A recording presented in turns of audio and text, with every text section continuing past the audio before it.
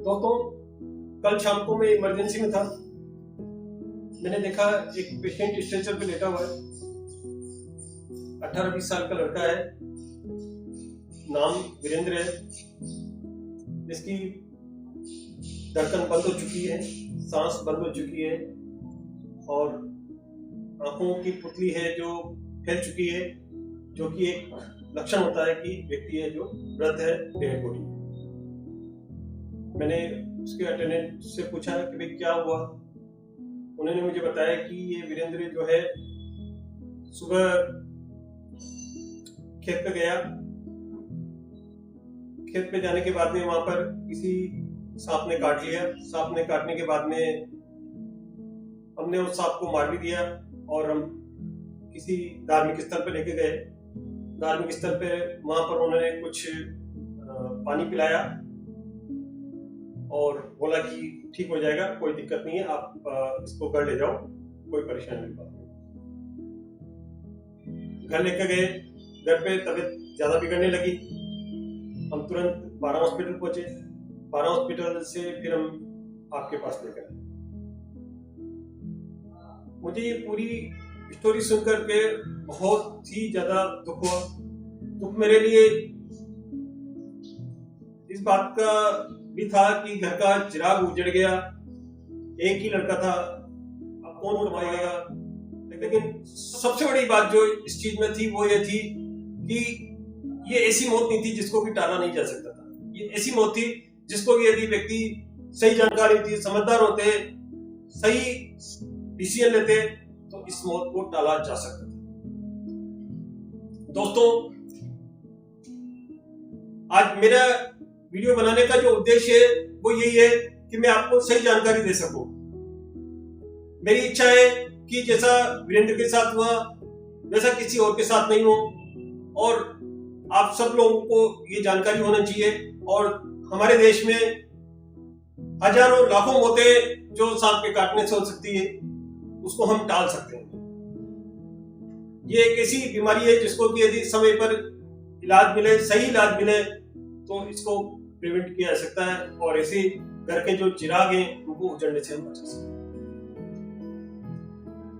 दोस्तों, मैं डॉक्टर कमलेश अग्रवाल हूं। मैं इस तरह के ऐसे वीडियो बनाता रहता हूं जिससे कि लोगों को सही जानकारी मिले, सही ट्रीटमेंट मिले।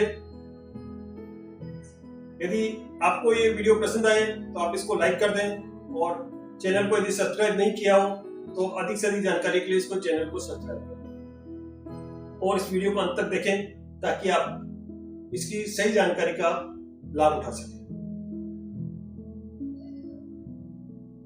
सांप के काटने पर क्या करना चाहिए, क्या नहीं करना चाहिए, क्या ट्रीटमेंट है, क्या लक्षण है, इन सब चीजों को हम सबसे पहले हम लक्षण से शुरू करते हैं। जैसा कि आप जानते हैं, सांप दो तरह के होते हैं। एक सांप होता है जो जहरीला होता है, दूसरा सांप जहरीला नहीं। जहरीले सांप को पॉइजनस और जो जहरीला नहीं होता है उसको नॉन पॉइजनस। दोस्तों, आपको आश्चर्य होगा कि ज्यादातर जो सांप होते हैं वो जहरीले नहीं होते, यानी कि नॉन पॉइजनस इसमें होते हैं। और कितनी मौतें इस वजह से हो जाती है कि वो नहीं समझ पाते हैं कि पॉइजनस है नॉन पॉइजनस। को लगता है कि सांप है तो जहरीला होगा, जहरीला होगा तो इसका मतलब मेरी मृत्यु निकट है और अब मुझे कोई नहीं। और इस साइकोलॉजिकल बिलीफ के कारण है जो इतनी मृत्यु है। तो मैं आज आपको ये बताऊंगा कि सांप की अपन किस तरह से पहचान कर सकते हैं, सांप के काटने के दांतों के निशान से किस तरह से पता लगा सकते हैं और उसके लक्षण से किस तरह से पता लगा सकते हैं कि सांप जहरीला है या नहीं है, और जहरीला है तो किस तरह का है। तो बात करते हैं, सांप दो तरह के, जैसा मैंने बताया, पॉइजनस या नॉन पॉइजनस स्नेक होता है। जो पॉइजनस स्नेक होता है उसमें मुख्य रूप से 3 तरह के सांप आते हैं। एक तो कोबरा, जैसा कि आप डायग्राम में देख रहे होंगे।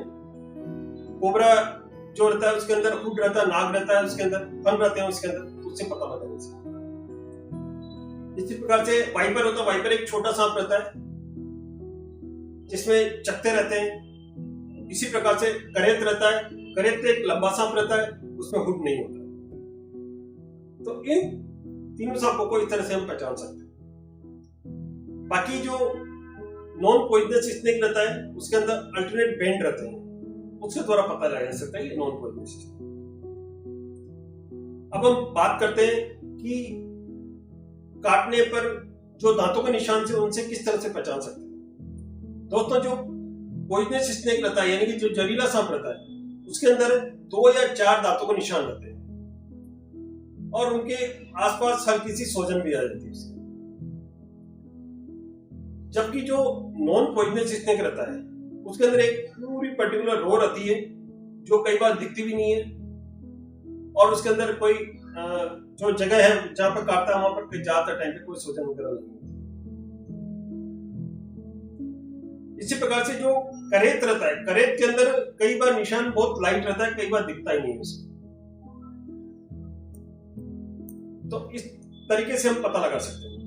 अब तीसरा जो तरीका है लक्षण के आधार पे, उसमें ये जानना जरूरी कि पॉइजन कितने तरह के होते हैं। पॉइजन 2 तरह के होते हैं, एक तो हीमेटोटॉक्सिक पॉइजन होता है जो कि खून को पतला कर देता है, दूसरा होता है न्यूरोपैरालिटिक यानी कि जिसकी वजह से पैरालिसिस होता है, यानी कि जिसकी वजह से नसें काम करना बंद कर देती है, शरीर शिथिल पड़ जाता है, सांस धीरे धीरे कम हो जाता है, आंखों की पुतलियां काम करना बंद कर देती है, आंखें टप टप जो होती है वो अपनी पलकें झपकाना बंद कर देता है व्यक्ति।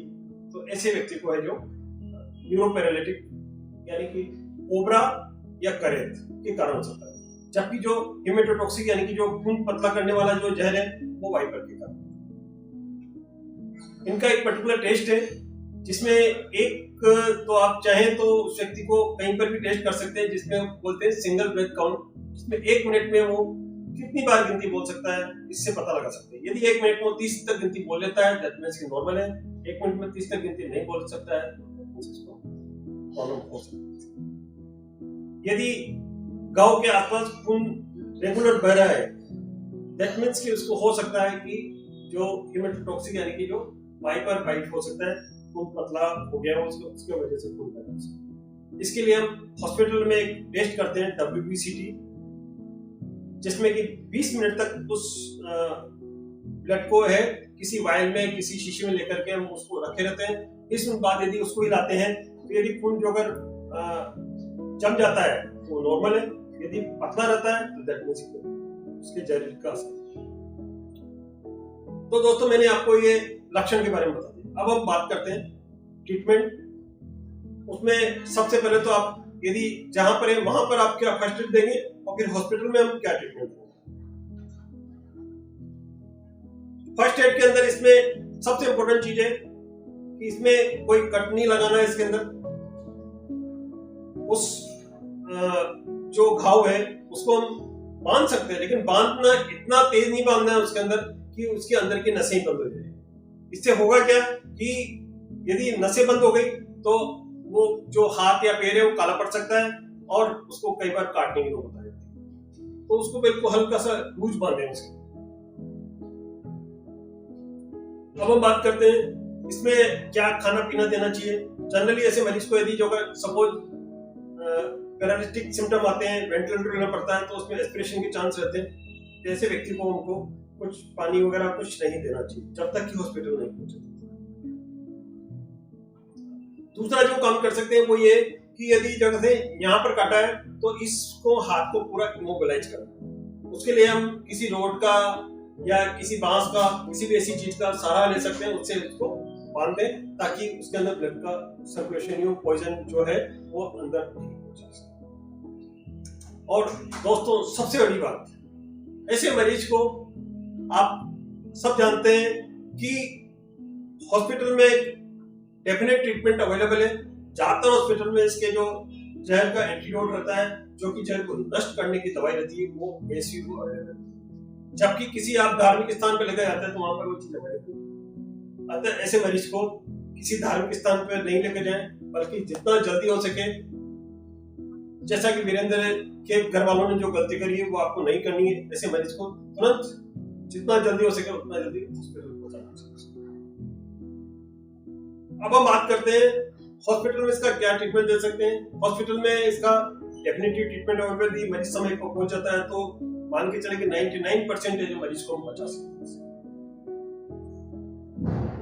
इसको बचाने के जो तरीके हैं उसमें सबसे इम्पोर्टेंट जो चीज है वो ये है कि ऐसे मरीज को हम पता लगा सकते हैं कि किस तरह के जहर ने काटा है, किस तरह के जहर से जो प्रॉब्लम हुई है, तो हम उसी हिसाब से ट्रीटमेंट देते हैं। जैसा कि हमें पता लगता है कि यदि खून पतला है यानी कि वाइपर ने काटा है तो वाइपर के लिए हम विटामिन के इंजेक्शन देते हैं जो कि इसके लिए एंटीडोट के रूप में काम करता है। यदि न्यूरोपैरालिटिक सिम्टम है तो ऐसे पेशेंट को हम न्यूरोस्टिग्मल एट्रोपिन देते हैं, तो उसके द्वारा हम इसको रोक सकते हैं। और कई बार यदि जरूरत पड़ती है तो पेशेंट को वेंटिलेटर पे भी ले सकते हैं। इसके अतिरिक्त जो एक सब में जो दवाई दी जाती है वो है ASV, anti snake venom. Anti snake venom एक ऐसा दवाई है, ऐसा इंजेक्शन है जो कि सांप के जितने भी जहर है उन सब की दवाई है, वो जितने भी जहर है सबको खत्म कर देता है। ये इसकी जो मात्रा होती है वो डॉक्टर डिसाइड करता है, 5 यूनिट देनी है, 10 यूनिट देनी है, 20 यूनिट देनी है, जो भी उस हिसाब से।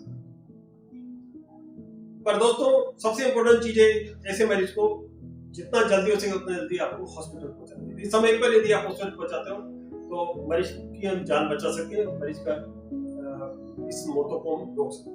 दोस्तों आशा करता हूँ ये वीडियो आपको पसंद आया होगा। बहुत बहुत धन्यवाद।